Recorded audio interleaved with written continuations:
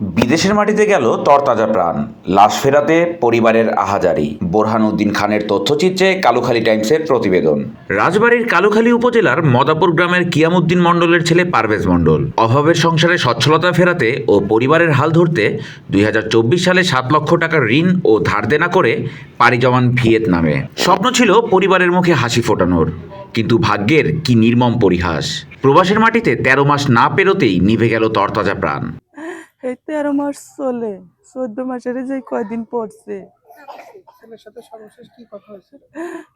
সর্বশেষ কথা হয়েছে পরশুদিন। ছেলে বাসায় আইছে, আমি গেছিলাম, আমিও খুব অসুস্থ, আমার ভিতরে সমস্যা, আমি কোন বাঁচবো মরবো আমার কোনো গ্যারান্টি নাই। আমার ছেলে আমার ডাক্তারের কাছে পাঠাইছিল, আমি ডাক্তারের কাছে এসে দাঁড়াই আমার ছেলের সাথে কথা বলছি। মা তুমি কোন জায়গাতে ডাক্তার দেখাইছো, ডাক্তার কি বলছে? আমি আমার ভিতরে সমস্যা, আমার ফুসফুসি লাঞ্চ দুটার মাঝে আমার ঘা আছে। আমার ছেলে কয় যে মা তুমি ভালোভাবে চিকিৎসা হও, যত টাকা লাগে আমি পাঠাবো, তুমি টিসটা টুটি হইও না।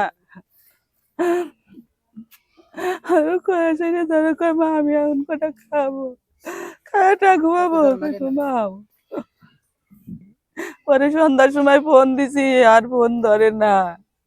পরে রাত্রি 8:30 বাজে তখন খবর আইলো যে আমার ছেলে অ্যাক্সিডেন্ট করছে। আমার ছেলে আর নাই বলে আমার একটু যাইলো না, আমার বেটার আমি কোনে যাই পাবো? ও বাবারা। 6 নভেম্বর বৃহস্পতিবার ভিয়েতনামের স্থানীয় সময় সন্ধ্যা 7:11 ঘটে মর্মান্তিক দুর্ঘটনা। একটি মাইক্রোবাসের সঙ্গে মোটরসাইকেলের মুখোমুখি সংঘর্ষে ঘটনাস্থলেই প্রাণ হারান পারভেজ। বিষয়টি নিশ্চিত করেছেন একই গ্রামের ভিয়েতনাম প্রবাসী সজীব মণ্ডল। তিনি জানান, দুর্ঘটনার পর স্থানীয় পুলিশ সিসিটিভি ফুটেজ সংগ্রহ করে পারভেজের কোম্পানিকে দিয়েছে। কোম্পানি জানিয়েছে বিষয়টি তদন্তাধীন। তদন্ত শেষ হলে পরিবারকে মরদেহ দেখার অনুমতি দেওয়া হবে। তবে পারভেজের পরিবার অভিযোগ করেছেন, এখনো পর্যন্ত কোনো ছবি বা ভিডিও তাদের দেখানো হয়নি। দুর্ঘটনার আগের দিন রাতে বাবাকে ফোন করে পারভেজ বলেছিলেন, বাবা আমার শরীর ভালো না, কাল কাজে যাব না, ডাক্তার দেখাতে যাব, আমার জন্য দোয়া করো। পারভেজের সাথে আমার পরশুদিনকে কথা কথা হয়, কথা হইলো যে আব্বু আজকে আমার ছুটি আছে, আমি বাসায় থেকে ঘুমাবো। তা কথা করতেছিলাম মেলায়, প্রায় 40 মিনিট মতন কথা বলছি। কথার পর করলে আব্বু ঘুমাবো, তো আমি বললাম যে তাহলে ভালো থাইও, ঘুমাবা যখন তাহলে ছুটি নিছো ঘুমাওগে। তা এটা কয়া কাটিয়ে দিল। ওই ওই ওই দিনের কথা হয়েছে। তারপরে গতকালকে মারা গেছে, আমরা রাত 8টায় খবর পাইছি, আমি পাইছি 8টায় খবর যে পারভেজ ওই ফোরম্যান বলেছে যে তোমার ছেলে মোটরসাইকেল নিয়ে মারা গেছে। মারা যাওয়ার কথা কয় না, কয়েছে যে তোমার কি পাসপোর্ট আছে নাকি? তা আমি বললাম না, আমার পাসপোর্ট নাই। তা কইলো যে তাহলে ইমার্জেন্সি পাসপোর্ট করা লাগবে। থানা কোন জায়গায়, রাজবাড়ী জেলা কোন জায়গায়, এটি পুরো এলাকার নাম ঠিকানা আর চেয়ারম্যানের সার্টিফিকেট নেওয়ার কয়েছে, আর পাসপোর্ট ইমার্জেন্সি পাসপোর্ট করবার কয়েছে, আর সে ভিসা দিবি আমার ভিয়েতনাম যাবার কইছিল। এটা হলো ওই দেশের মানে বাংলাদেশের ফোরম্যান ওই জায়গায় থাকে।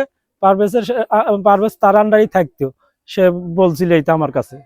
পরদিন সেই ডাক্তার দেখাতেই বের হয়েছিলেন তিনি, কিন্তু আর ফেরা হলো না। বড় বোন স্বর্ণা খাতুন ভাইয়ের স্মৃতিতে ভেঙে পড়েছেন কান্নায়। আর ছোট ভাই ইয়া হাবিব মণ্ডল কাঁদতে কাঁদতে বলছে, আমার ভাই আমারে অনেক ভালোবাসতো, স্কুল ব্যাগ কিনে দিছিল, এখন কে আমার খরচ দিবে? আমার ভাইয়ের মতো আর কে আমাকে ভালোবাসবে? আমাকে স্কুলের টাকা দিত। আমি একদিন ব্যাট কেনার জন্য করেছিলাম, সেটা আমার জন্য আলাদা করে টাকা পাঠিয়েছিল, সেটা আমার ভাই আমার কিনে দিয়েছে। সেটার জন্য আমি অনেক খুশি হয়েছি।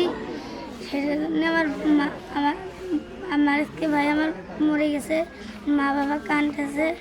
আমার ভাই অনেক আমাকে ভালোবাসত।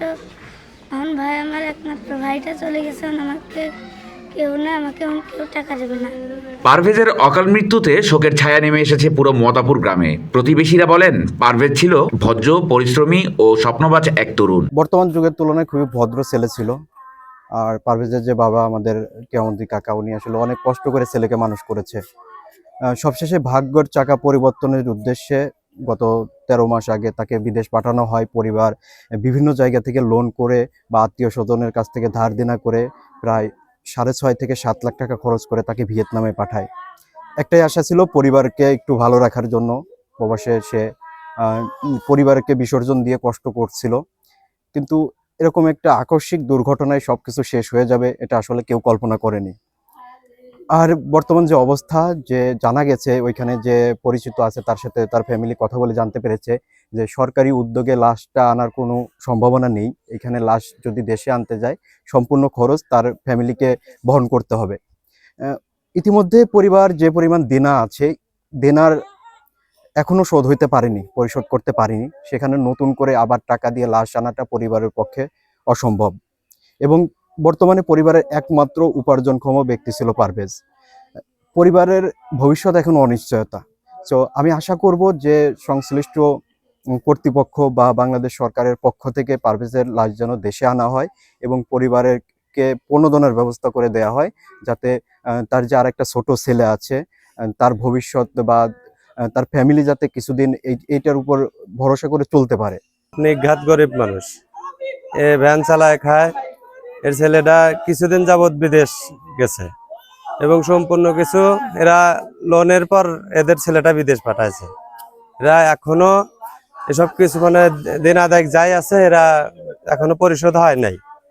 তা আমরা শুনতেছি যে বিদেশ যা একটা অঘটন ঘটেছে। তা এদের আমরা চাচ্ছি যে এদের সরকার দেখুক এবং এদের যে ছেলেটা এরা দেশে চাচ্ছে। পরিবারের মুখে হাসি ফোটাতে বিদেশ পাড়ি দিয়েছিল সে, কিন্তু সেই স্বপ্ন আর পূরণ হলো না। মদাপুর ইউনিয়নের স্থানীয় প্যানেল চেয়ারম্যান মদন কুমার প্রামাণিক বলেন, পরিবারের সামর্থ্য নেই ভিয়েতনাম থেকে মরদেহ দেশে আনার। চেয়ারম্যান, আসলেই আমাদের শিবানন্দপুর গ্রামে এই পারভেজ ছেলে খুবই ভালো ছেলে। এই ছেলেটা আসলেই কিছুদিন আগেই আমাদের বিদেশ গেছে। আসলেই মর্মান্তিক ঘটনা, আমাদের বিদেশের মাটিতে মারা গেছে। আমি চাই আমার মদাপুর ইউনিয়নবাসীর পক্ষ থেকে আমি বিদেশে মানুষ বা ঊর্ধ্বতম কর্মকর্তাকে আমার হাত জোর করে অনুরোধ করব, আমার এই ছেলেটা লাশটা যেন আমার এই বাংলাদেশে আমার এই শিবানন্দপুর গ্রামে তাদের স্বজনের কাছে পৌঁছা দিলে সবাই তাকে দেখে, আসলেই মৃত্যু অনিবার্য, সবাইকে মারা যেতে হবে, তবে এই অল্প বয়সে এই সমস্ত ছেলে মারা গেলে খুবই দুঃখ লাগে, কষ্ট লাগে।